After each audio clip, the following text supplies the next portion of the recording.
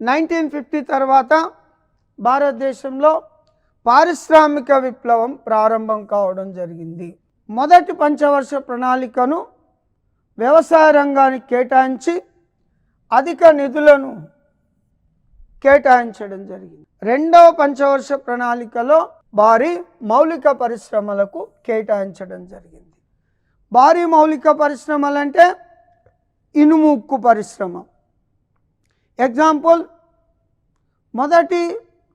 రెండవ పంచవర్ష ప్రణాళిక కాలంలో భారతదేశంలో ప్రారంభించిన ఇనుము ఉక్కు కర్మాగారాలు తీసుకుంటే బిలాయ్ ఇనుము ఉక్కు కర్మాగారం ఛత్తీస్గఢ్.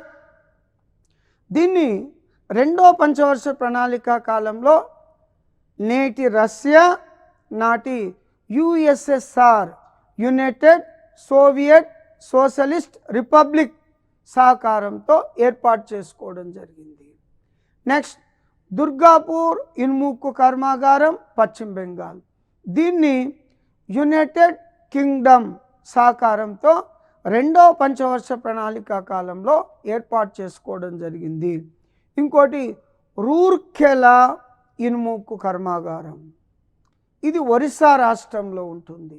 దీన్ని కూడా రెండవ పంచవర్ష ప్రణాళిక కాలంలో పశ్చిమ జర్మనీ, నాటి పశ్చిమ జర్మనీ నేటి జర్మనీ సహకారంతో ఏర్పాటు చేసుకోవడం జరిగింది.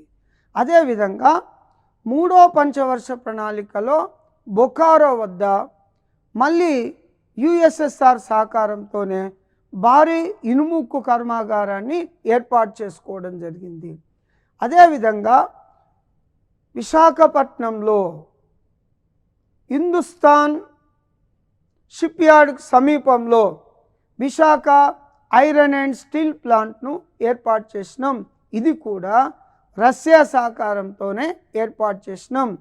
తీర ప్రాంతంలో ఉన్న భారీ ఇనుము ఉక్కు కర్మాగారం Visakha iron and steel plant. So భారీ మౌలిక పరిశ్రమల స్థాపనకు ముడి ఇనుము కొరత ఉందన్న ఉద్దేశంతో ఈ కర్మాగారాలను రెండవ మూడవ ప్రణాళికా కాలంలో ఏర్పాటు చేసుకోవడం జరిగింది.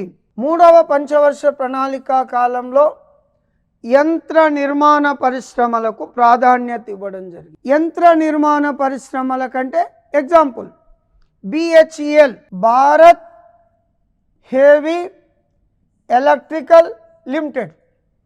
భారత్ హెవీ ఎలక్ట్రికల్ లిమిటెడ్ను అనే సంస్థను ప్రారంభించినాం. అనేక యంత్రాలకు కావలసిన పనిముట్లను యంత్రాలను ఇక్కడ తయారు చేయడం జరుగుతుంది. ముఖ్యంగా విద్యుత్ సంబంధించిన ట్రాన్స్ఫార్మర్లను, స్విచ్ అండ్ గేర్లను, పవర్ ప్లాంట్లకు కావలసిన అనేక వస్తువులను భారత్ హెవీ ఎలక్ట్రికల్ లిమిటెడ్ అనే సంస్థలో తయారు చేయడం జరుగుతుంది. మొదటి కర్మాగారాన్ని 1956లో భోపాల్ మధ్యప్రదేశ్లో ప్రారంభించడం జరిగింది. నెక్స్ట్ ఇంకోటి హెచ్ఎంటి హిందుస్థాన్ మిషన్ టూల్స్. యంత్ర నిర్మాణాలకు